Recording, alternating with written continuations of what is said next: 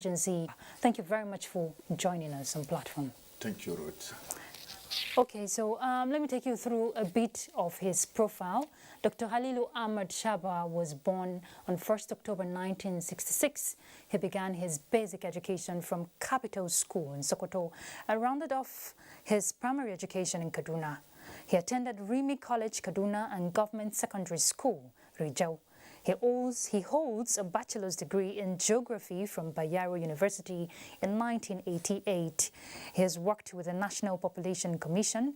He further obtained his master's in technology in remote sensing application in 1993 and a PhD in the same field, all from the Federal University Technology in Minna. He transferred his service from National Population Commission excuse me, in 2001 to Federal University Technology, Minna, and later left to join National Emergency Management Agency in 2006.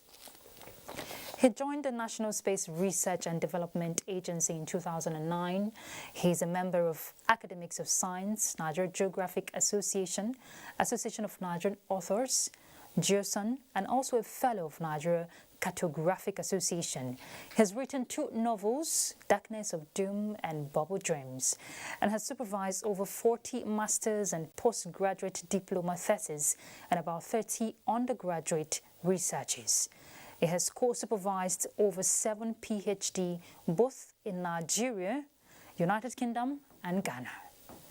He has written and co-authored about 35 journals and conferences, articles. He is still lecturing, farming, and a scholar, and was appointed DG NASTER on April 30th, 2020. Thank you once again for joining us, the renowned scientist. Thank you so much for having me. All right, and of course we have a panel on platform, and our panelist is Adebola Brooks-Lynch, on the NTA correspondent. Thank you very much for joining us. It's nice that I'm on this panel today. All right, so like I said earlier, we're looking at advancing Nigeria's space technology, the issues and the gaps. Dr. Shaba. Thank you so much. So 22 years down the line, let's use a telescope, looking at Nigeria's space technology. Where are we today? Thank you very much. Since the establishment of National Space Research and Development Agency, the Space Agency produced the first satellite in 2003, which is Nigeria Sat-1. And that Nigeria Sat-1 was our first experience where we look at the heritage and build others. In 2003, the first satellite we built had only one, on its platform, had only one camera on it. If I use the layman's language, we call it payload, but it has only one camera, which is 32 meters resolution. 32 meters resolution is a medium resolution satellite. Going on from there, we now went to build, in 2011, we built the second satellite, which is Nigeria Sat-2. Before then, in 2007, we built the communication satellite and then also established the NICOMSAT, that is the communication satellite company. In 2011, based on the experience we had, when we were building the 2011, we did so many things differently. And you could see the advancement and experience. We built that satellite with 32 meters resolution so that scientists will continue their research along the line of 32 meters resolution, which was started 2003. And then we also added on that platform, we added a payload camera, which is 2.5 meters resolution, which is a high resolution imager. And now we also have 5 meters resolution, which is high resolution imager. And Nigeria did not stop on that because there are lots of ways countries go about developing their satellite programs. Yes. It's either you are buying a satellite or you are starting from the scratch to build a satellite. Yeah. Nigeria looking at it that we don't have all the time and we want to at least make sure that we are going with other nations in development instead of going by these 2 models of either buying satellite or starting from the scratch, because starting from scratch will take a longer time, and then building I mean, buying a satellite will deny your engineers experience and knowledge of how to build satellite. We now kind of dovetail the two. Dovetail the two in the sense that now we put our engineers in the first satellite we purchased. We put our engineers to be part of the building of that satellite, building the satellite, and they were part of the design, the building, and testing of the satellite. Now, which gave us heritage, knowledge, and experience in building satellite. And then when we were building the second satellite, we did the same thing. We put 40 engineers on it, and they were part of building that satellite. Now, we didn't stop there. We felt since these engineers were part of building Nigeria Sat-1, Nigeria Sat-2, and Nicom Sat-1, which was built 2007, they should also have their hands dirty in building a satellite. And now they built, under the supervision of our partners, the satellite which we call Nigerian Sat-X. If you look at the name, we have Nigeria Sat-1, Sat-2. We want to build Nigeria Sat-3, Sat-4, Sat-5. You see that this one does not go with the same nomenclature. We call it Nigeria Sat-X, which is an experimental satellite. What is different about the Nigeria Sat-X? Because I know it was launched last year, yes, fully funded under the Nigeria Sat-X is an experimental satellite, fully built by Nigerians under the supervision of our partners in Surrey. And when it was fully built by Nigerians, that shows that Nigeria has a heritage in building its own satellite. So we built that satellite ourselves. Now, the initial thought was we were going to build a satellite. But since it met all the specifications, and Nigeria not being so rich a country that will build a satellite and put in the museum, now we said, okay, let's do one thing again to it. Let's test it. Now that will show, if we said it was built to flight standard, test it. Now we said, okay, let's test that flight standard, put it in orbit. And then it was put in orbit and it's still operational. And I can tell you, it came with a payload, that is the camera, which is 22 meters resolution. And that was the first time in the world that you are putting a satellite of this 22 meters resolution. And our engineers decided that let's try it. So we tried it. So if we had built it and put it in the museum, it's not serving anybody. If we put it in the museum, it was not tested. If we put it in the museum, we cannot say that our engineers have a perfect build. But now we're testing it in the space, we say perfectly, it's working. And I can tell you it is most used than the Nigerian Sat-X due to the knowledge of the scientists who are using the satellite data, because it is better than the medium resolution, which is 32 meters resolution. And just for clarity's sake, before Adebola comes in, has it been launched? It was launched together with, that's one thing again we did in 2011. For the first time, Nigeria launched 2 satellites at the same time. They were all launched at the same time. The satellite you mentioned earlier, which was last year or thereabout, was the Nano-satellite. We put somebody, we worked with the university, because at times universities have, you can go back to the universities and fetch some experience.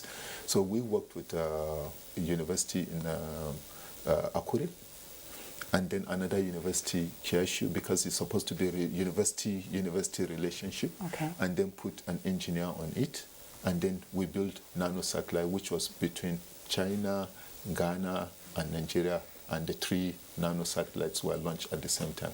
If you look at it, the world is miniaturizing, and it's becoming a bit lighter.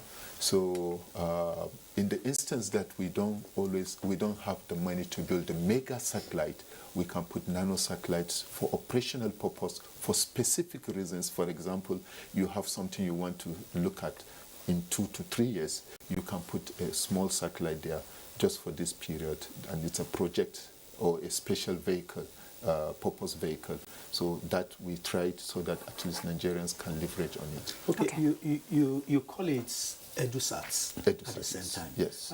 Can you tell us which institution has been benefiting from this function? Okay. The university in Akure is benefiting from from that. The Federal University of Technology in Akure is benefited from that because we have human development in it, and then also we have the knowledge of ground receiving station that is built with the students, so they are benefiting from it.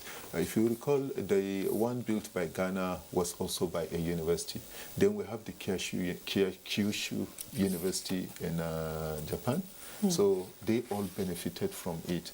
Now what the Europe is doing is trying to bring most universities together, giving them the assignment, and then they now design, build, and then try to launch the satellites. Like when we learned that India was able to launch about 143 satellites or thereabout, if you look at it, these are small satellites that at least they are nano-satellites that will serve the nation. Which area specifically are Nigerians benefiting? I think the first thing we thought about is knowledge. That and then the heritage of saying we already have this knowledge and we're building on it, because the program normally the program was kind of something that was spun off by the university in Kyushu, and we now said, okay, can we benefit from it? They accepted. We said, okay, we want hands-on instead of the normal theoretical learning. So there is that knowledge that is there, and I can tell you, anytime we want to build nano-satellite, it's on the go. Yeah, we can easily roll out nano-satellites because of that experience. Yes. Okay, let's look at the capacity of what we can do as a nation. I know the Center for Atmospheric Research is a center under the agency that is focused on development and research. Now, if we're looking at building capacity in terms of infrastructural capabilities of what we can do when we're looking at space technology, what about for the scientists, human capital development also? Because it's a two-way thing. You improve your infrastructural ability, you also will be thinking of human capital development. How do you marry the two in ensuring that there is a balance? And what has been done? Okay, thank you so much. If you look at it like the Center for Atmospheric Research is basically more of a scientific research, and then we have a lot of capacity building ongoing. We have related with so many universities. We even have universities, even now as I'm talking to you, we have somebody who came from Ethiopia. And someone who came from Kenya just left last month. Okay. We have people who are coming in because of the viability, but the center is not known because it's mostly research-based. We also have facilities like NICAP that is trying to look at the weather. It's a way to pick some weather parameters and this. And I think even 2 months back with the University of Maiduguri, we tried to have clean air measurement to know what is the air, what is the parameter, and what is the pollution in the air. So most of these are science-based. That's why people don't even know, because what they get to know about is probably when there are products from it, and then when there are warnings from it. So that center is doing a lot in the area of atmospheric studies, and now they are even going into instrumentation. At times, certain things people go out of this country to buy instruments or to buy equipment they are using. That center is trying to build equipment. That center is trying to look at balloon, to test balloon, and to see what it is. You will be surprised that some of our scientists are trying to work on the issue of balloon testing, what the rabbit will look like when it's flying, and then that will now impact on man because of the weight and so on. Now, if you move man from here, we talk about pressure. A lot of people just get into contact with pressure when they enter plane, and they tell them that when the pressure drop, this is what you need. They don't even know how it influences their lungs, how they breathe. It is only when you go to these centers. What we are not able to do is simulations, and simulations require so much money. Yeah. And Nigeria is not yet at it to say, let's put money in that. And that's why we keep saying that for science, technology, and innovation, putting us under the normal budgetary allocation where we every day go with our plates, our caps in hand to say we need this budget will not work. What you do and what you do in other countries, there should be a kind of fund, there should be a kind of percentage from here to here, those who are benefiting from science. And then they will now have reasons to call us to account because we say we want this percentage from this, we want 3% of research funds, we want 3% from petroleum funds, we want 3%. All these funds, when you put together, if you look at it, technology drives everything nowadays. Yes. And it's like everybody is benefiting from this technology. You know, it's good you mentioned budget for the space technology. Yes. I know for 2021 fiscal year budget allocation, there's a 54% increase compared to last year. If you're not going to be relying basically on the budget, what about generating funds? You talked about products that could be generated, that could be created by the space technology. Why are you not looking at harnessing those other aspects to generate funds? Okay, it's easy. It's because people look at the figures. Okay. And I keep saying people look at the figures, what goes into population. To national space research. National space research is still working on infrastructure. If you come to the space agency and look at our arena, we need more laboratories. This is where researches will be carried out. It is this product. If you check NASA, there are a lot of spin-offs. We said, put money in areas where we have spin-offs. Put money in research. Now, if you remove the infrastructural money, you see that the money given to research is so minute. Engineering does not come cheap. It doesn't come easy. Of course. Researchers don't yield results easily. You don't carry out research. If researches were something that you go into, it's not like going into the kitchen. You go into the research, just in a month, it's out. There are a lot of things that you have to underline. Now, lacking the laboratories, it's one big issue. Then lacking the equipment in this laboratory is another issue. I can give you an instance with AITDC, because when you opened up this session, you started with a lot of questions. When are we going to launch on our own soils? What are we doing? What is the budget? Rocketry project is not a small project that requires just 5 million, 10 million. Now, again, we have AITDC, which has been there for over 10 years. We are trying to develop our assembly integration testing for the last 10 years. Now, if we go by what the president directed, that no project should be left uncompleted, we have this project. And what is it looking for? It's looking for billions and billions of naira. People see the billions, they don't see the infrastructure. Now, if you have AITDC, definitely AITDC is supposed to standardize all engineering manufacturing, engineering outputs. And it is only when they are standardized that you can enter to foreign market.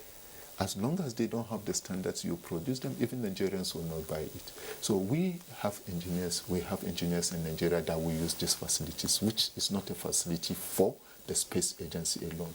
Now, this is a place we keep saying we want to build our own satellite. For the last 12, 15 years, this place is not ready, not even a clean room. The only place that is ready is the design center. Now, if the design center is not even completed, you are going to talk about this mega billion asset. Yes. Then build it and then get people to do it. Now, from this AITDC, we have a lot of spin-offs that the research has already been carried out. It's the development aspect of it that you need to. It's when you get to this development aspect that you invite public to come and invest in it and then leave them to continue to develop it. If you have interface with the public, they give you feedback what the public is in need of, because you invested your money and we made something for you and you are using that thing. You come back and say, look, you add this to this, and then we go into research and make sure that we're accruing. And Nigeria will have a lot of products. So the AITDC goes beyond satellite designs alone. It goes even into other engineering feats. If you want to deal with engineering, the military grade engineering and so on, you need assembly, integration and testing room. Now, apart from that, we also have issues of the ground station. The ground stations require upgrading. And this upgrading is after every 2-3 years. You also have cases of cyber security. You have to block it. You have to have people at any given time, because the warfare now is more a technological warfare. Yes. And anybody can stop what you are doing there. So you have to make sure that that firewall keeps on. You keep upgrading it. Now you talk about human capital and capacity building. The capacity building, we are grateful to the presidency. They gave us waiver and we can send our engineers everywhere to go and study, but you require the capital. So it's like, okay, it's given, but where is the capital to drive it?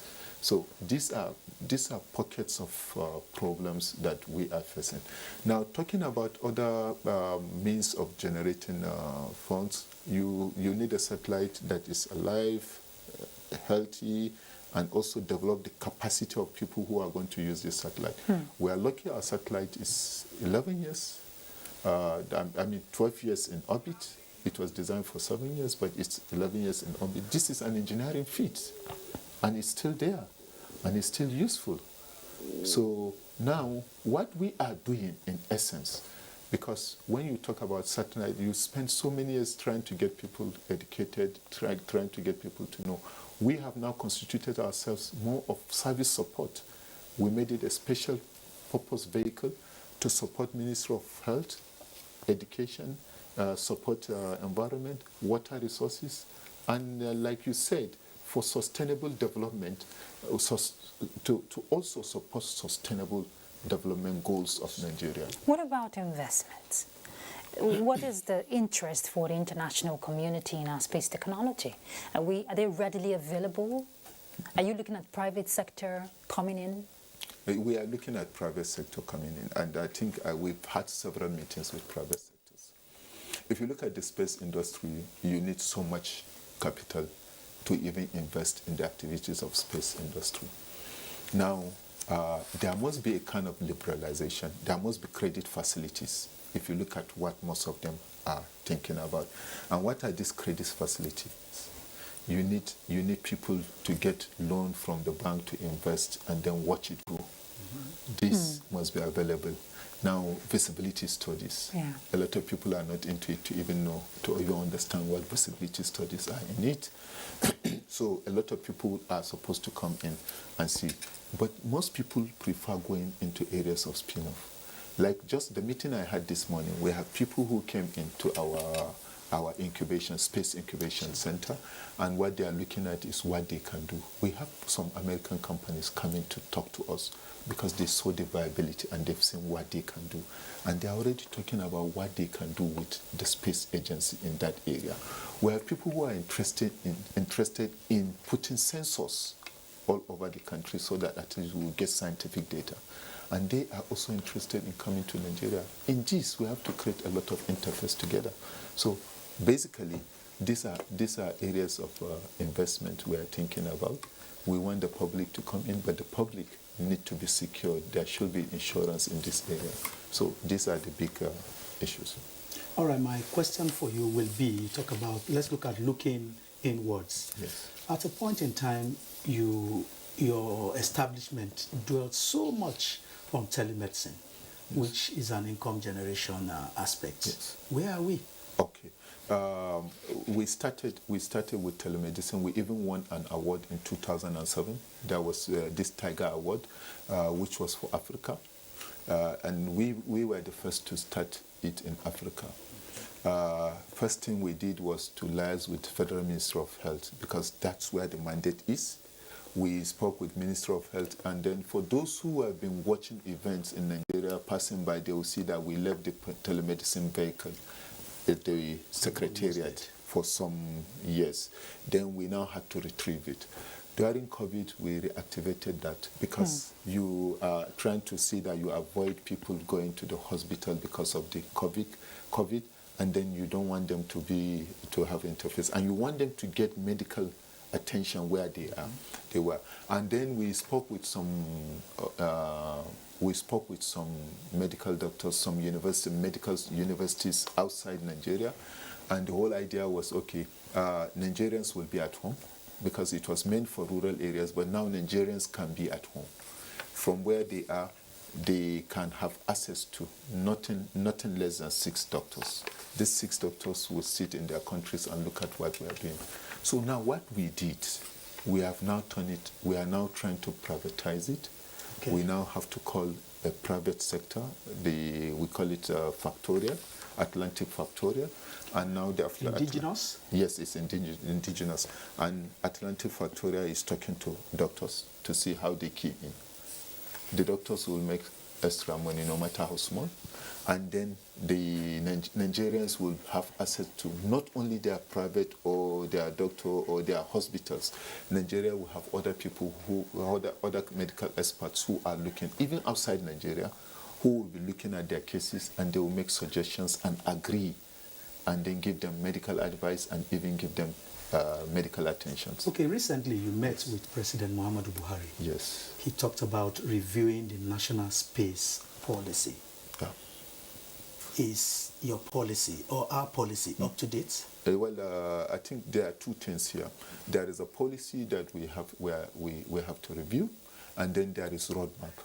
Okay. Now, he was so particular about the roadmap because we've been having roadmap and we have been shifting our roadmaps. We will have 30-year roadmaps, and we say we are going to put man in space by 2018. By 2023, the man is not in space. Then we say we are going to launch synthetic aperture radar by 2020. By 2020, we don't have the synthetic aperture radar. And now what he said is come up with what is visible, because we were too ambitious. Okay. We were too ambitious because we are comparing ourselves with other developed countries. And we are looking at our capacity. We are looking inward, the capacity of our engineers, what we can do. Now, there is other capacity that is needed, the financial muscles. Okay. Now, the financial muscles was projected, this is what we are going to do. But if you have a dwindling economy, if you look at the recession we went in and the rest, whatever plan you have to go back to the drawing board and say, how do I fit my budget, my projection, my dream into these fluctuations? And he said, okay, go and review the roadmap. When you review the roadmap, it should be represented. Review your policy too, so that you see how you can get money outside government. Now, this we have done internally. Now we are calling people together so that they come and see what we are talking about roadmap, because a lot of people are stakeholders.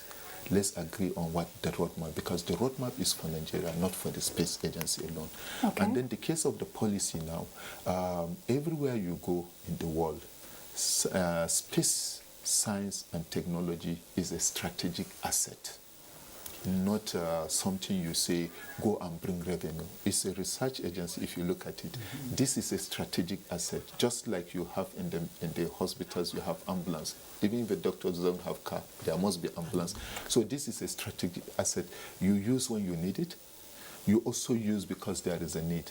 Looking at the size of Nigeria, over getting to 1,000 kilometers, if you said you are going to buy satellite images anytime you need it, the same money you are going to use to buy the satellite images is enough to build a satellite for you. Okay, so why don't we look at how we can harness the advantage of what you're saying?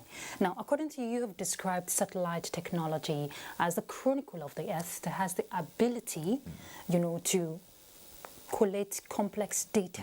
Yes. And if we put a spotlight on border-related security challenges, aside all the security challenges.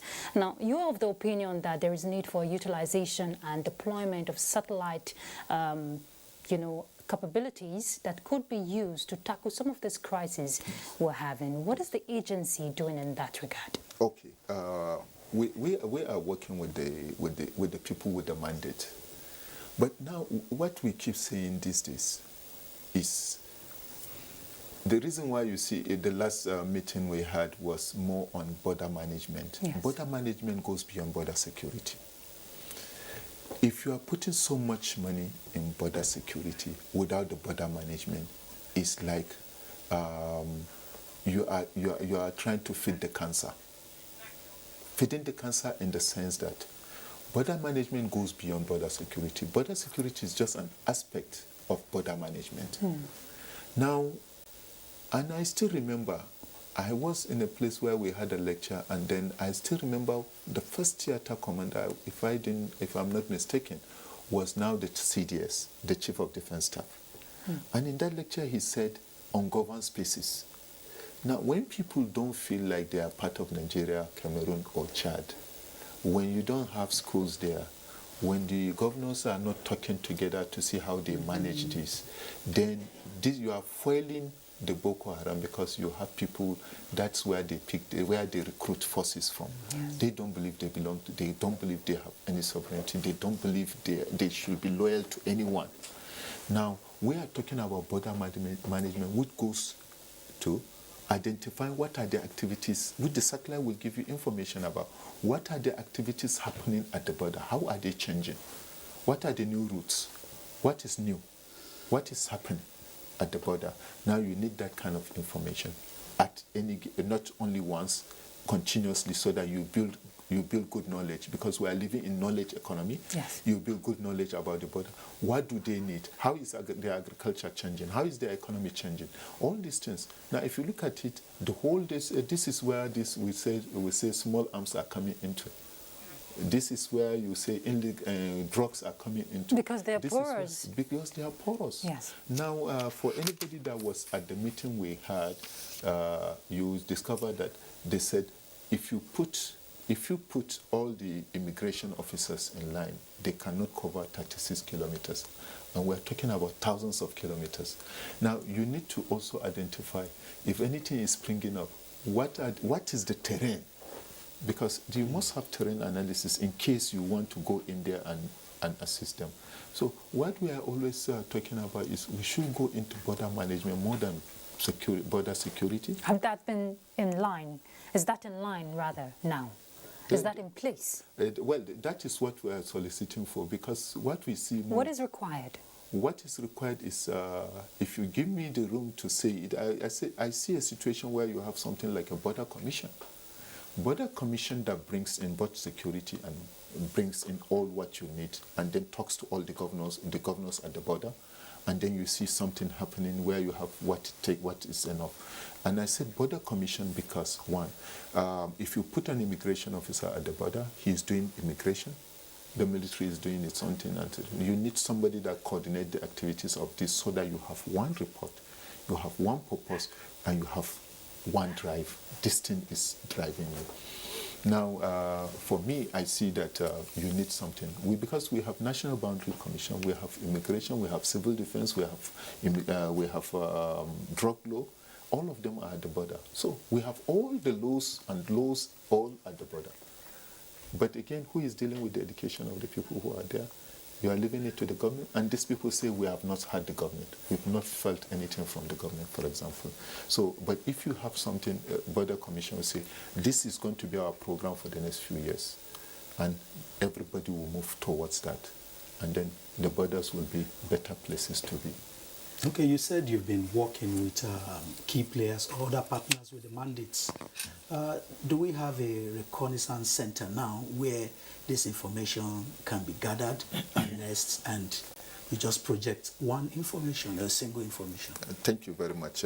If you look at it, when I came into office the last 3 months, I started the idea of National Reconnaissance Center. Okay. The National Reconnaissance Center is to now bring in all the security, because it's supposed to be something that a facility for the security. Nigeria has just few satellites, but because we're a space agency, we can have access at more liberal way, access to about 300 other satellites. Okay. Because the satellites are not only dealing with communication and images, we are bringing in also meteorological satellite. We bring in satellites that deal with sensor. We bring in the satellite that deals with signal waves. We bring in analytics. From the analytics, now you have everybody there. And what the National Reconnaissance Center is supposed to do is to have the representatives of the police, representatives of the DSS, the military. You also have civil defense and the rest. And now all we do is we integrate the whole data and now show them the red spots. And now they use their intelligence to acquire whatever information and then deal with the mandate. Now we have a portal where we are sharing the same information. So we've been advocating, and that's what we are pushing for now, to have National Reconnaissance Center for all these security forces. Does this has anything to do with Grid 3? The Grid 3 is only going to add some layers, okay, because Grid 3 is already ongoing. And we thank the government of, we thank President Muhammad Buhari, because after the Bill and Melinda Gates Foundation pulled out, they were able to give us resources to continue it. And we've developed layers. We have developed layers upon layers, which we already have. Now, since we have these layers, which is more like National Geographic, NGDI, that is the geodata infrastructure. Now we are mounting this, and the border is part of it. We are going to boundaries, word boundaries. We are delineating the word boundaries so that you know the words. Now, instead of dealing with the whole state, you are dealing with a small word, and you know what they need. So you are zeroing into the problem of each word and dealing with the words for their development needs. So you are now going down to the grassroots, instead of just dealing with it and say, oh, I'm passing this to the states. Okay. Yes. Okay, now I know the vision is to play a strategic role when we're talking space science and technology, like be a driving force and an engine if we're looking at economic growth. This whole science thing, coming from the layman's perspective, how much awareness has been done? Because for that person who doesn't understand the benefits derivable from space science and technology, will still not believe in the growth of the space technology in Nigeria. Yes. What is the agency doing to expand the scope, make people understand that there is so much yet to be harnessed? Thank you very much, and I'm happy you are asking this question. I will give you a scenario. If I were to go to defend any budget, and I said I need 200 million, I need 100 million for media and communication, the question is, you are a scientist, what are you doing in this area? But people don't get to know that these things brush on one another. And I know this because when I was in a National Emergency Management Agency, I remember then the President, Jonathan, visited, and I was in a lab with him. And he said, how much are you doing telling people? Because we put money for media to say what the government is doing. The people want to know what government is doing.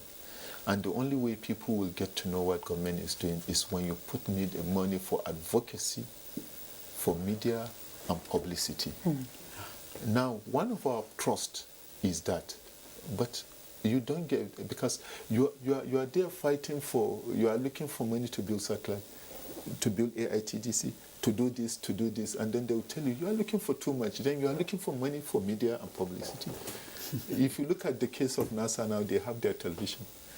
And if you don't do that, you don't get the right thing. And I thank my honorable minister and both the Minister of State, because the minister has been talking about science and technology television for quite too long. We didn't have that. Until you are able to have that, that's when you translate science, technology and innovation into a common man's language. Because who are the people doing these assignments when you send your children to school? It's the mothers. Yes. If the mother's language, if they start science, technology and innovation, we have it in these three languages. The children will not be afraid of maths, physics and chemistry any longer, because they know what it means. The names are the ones that are scaring them. So we're saying, if we have science, technology and innovation television, and you have space television, and then you have space program, people will get to know how much they are doing. Because an ordinary man does not even know that the handset he's using is from space. The internet he's using is from space. A lot of things he's doing are from space. Today you have a lot of things that are moved, like data due to internet, and then you have RF, radio frequency. Radio frequency and so on. They don't know it's coming from space. But it's only when you have things like this, and you have budget for the media, and you have a good studio where people come in.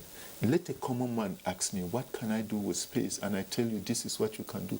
The way we can influence agriculture, I can tell you we are going to change the space of agriculture in a few years. That I can assure you. The environment will be better. The states will be able to generate revenue, because we will be able to give them a very high resolution imagery, so that you know what is the size of the land, what is the value of structure in it, and then how much you are charging from it, who is using what facility, so that you'll be able to plan. Then you'll also be able to do simulation in the areas of security, and you'll be able to look at it in case of emergency, what do I do? I give you an example with Area 10. Area 10 has all the facilities it needs in case there is emergency. If you look at it, the military setup is close to Area 10. Yes. You have fire service close to Area 10. You have police close to Area 10. You have CID. the hospital. You have CID. All these things are close to Area 10. But if they don't have simulation and they are not working together, the purpose will be lost. Yes. So the space now brings everybody on the same platform. Wow. And say, this is what you have. In case of this, where do you run to? In case of this, who do you call? So let's begin to nip the problem in the bud. Let's start from the foundation. I know part of your mandate, you have the opinion of introducing astronomy into the curriculum at all levels Yes. of our educational system. Yes. I know a lot of young minds who want to, nurture their dreams in space science. But if we're not having it streamlined, it's not going to work. And we see dreams just, thwarted. What is your thought? My thought is as good as yours, because we keep saying, how do we enhance science, technology, and innovation in Nigeria? And the young minds, if they are not caught when they were at young, if they will never love it. And I know that we develop curriculum. Our institution in Ife worked on curriculum, how they can build this space science, because you have to be particular about what you are doing so that you are not taking anybody's mandate. We have developed that curriculum. We are also working in the area of astronomy so that we get them from secondary school so that they are able to appreciate what it is, and at least get the young minds so that in the night or in the night when they come out and they see any star, they are able to identify that this is this star and this is what we are expecting. So this we are doing, and we said if we don't get these things from scratch, we will end up not getting it at all, because you don't learn to, the Igbo proverb said, you don't learn to use your right hands at 50, the left hand at 50. So the young minds have to be caught from when they are children, and then they pick interest. What a lot of people don't see, a lot of things go into astronomy. There are a lot of benefits in astronomy. So that's what we are trying to bring to the table. Let them see the benefits first. Okay. Yeah, before they now build into it. If you don't create that awareness and you don't bring the young minds to identify that there are benefits in astronomy, a lot of people will say, I remember a young man was telling me, why will I read astronomy? Just to look at the stars and see this is what it is. Until I sat down with him and I said, no, it's not about looking at the stars and say this is what it is. I said, do you know even the Babalawos are looking at the stars and telling people lies and they are making money from it? Exactly. And then he said, how? I said, well, there are a lot of things in the star, and a lot of people are talking, this is what we expect this month, this is what we expect next month. And if these things are not telling, then something must be wrong. What is wrong? Yes. And there are a lot of calculations there. You see a lot of, there you develop your calculative mind, you develop your mathematics in this, and then you become another calculus. So all these things are very important for the young minds, which we feel they are not in our curriculum, not anywhere in our curriculum. I don't know, except when you go to the university. So we're saying, let it start from secondary school. Let them learn some basics. Even primary school. Primary school, because we have that. Let them learn some basics, appreciate it. Mm-hmm. It's when you occupy the mind, when you have fast-growing minds, and they are not occupied, they will use it for a different thing. Yes.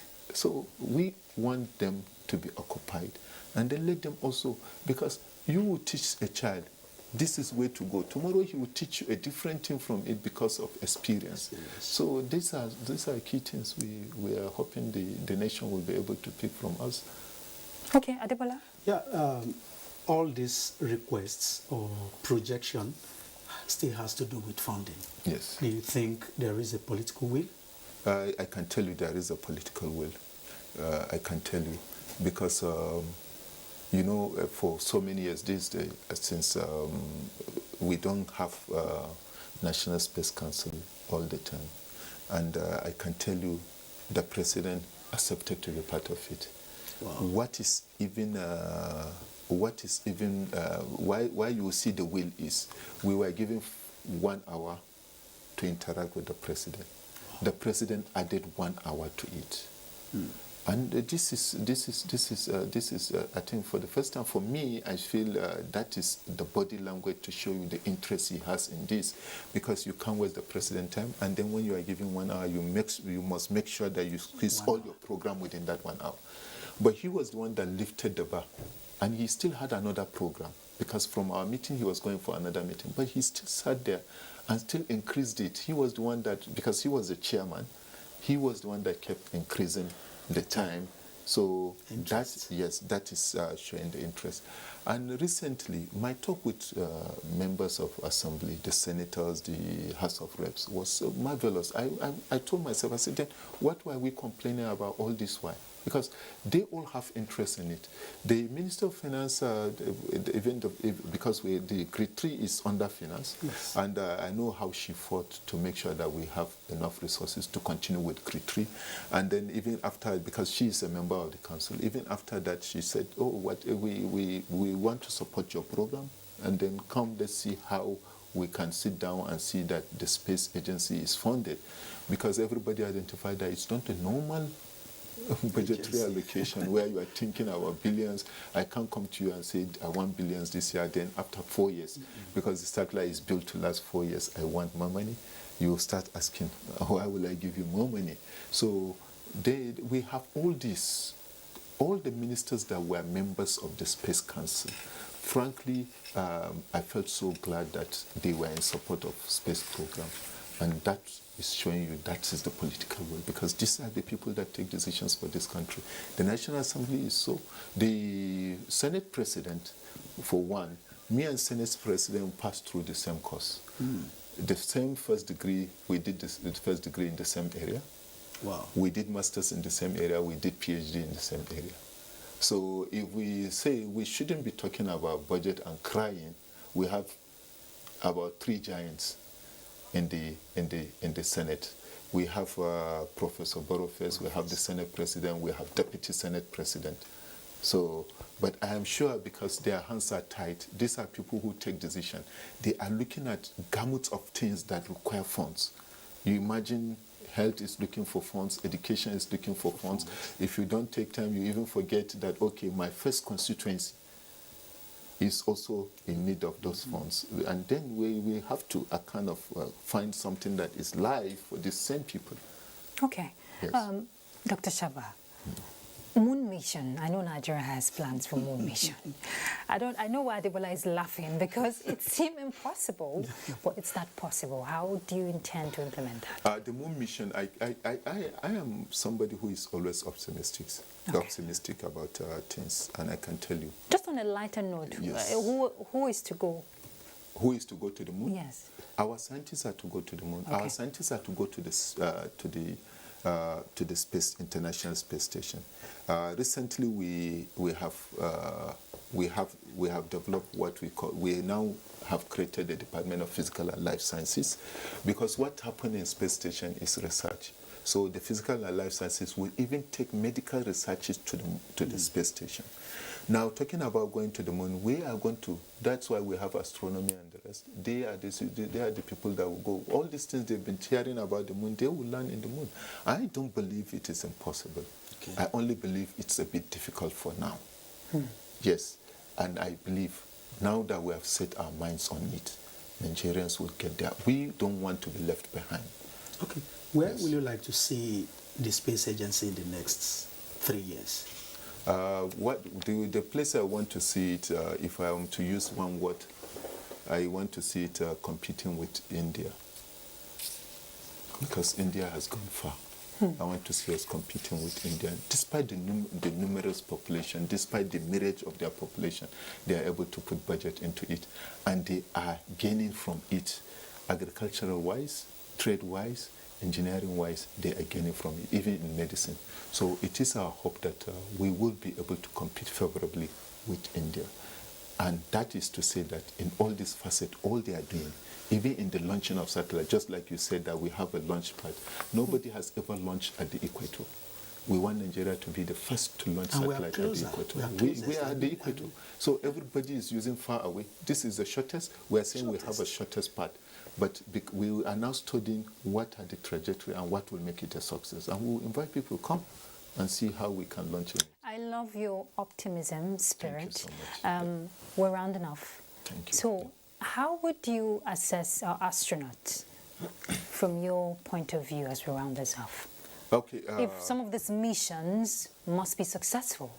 Okay, I think a lot of Nigerians have forgotten that in 2007, 8, or 9, thereabout, Nigeria was able to send a schoolgirl to go for astronaut training. Wow. And we showed the picture everywhere, and it was successful, and she was one of the best. So when it comes to brain practice and the rest, I bet you Nigeria will be one of the best. Yes. The issue now is commitment. That's just the issue. So, and for you to train as astronauts, you need so much money. We're talking about close to, I think, 3 billion to train Naira? One astronaut. Yes, Naira, because of the exchange rate and the rest. So you need about that. Now, when do you get that funds is what matters. But I can tell you, okay, we are found to be the best.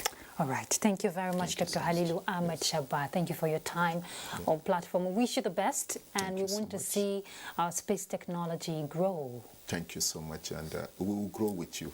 All right, indeed. Thank you so much. Thank you very much, Adebola Brooksley Sunday, our NTA correspondent. Thank you for your time. Thank you. Okay, for the past 50 minutes and more, we've been looking at advancing Nigeria's space technology, the issues, and filling up those gaps. And the whole goal, is to be in tandem with best global practices, where we see our space science and technology thrive, economic benefit, and the rest. That's Platform. I'm Ruth Aguele. Bye. Thank you so much.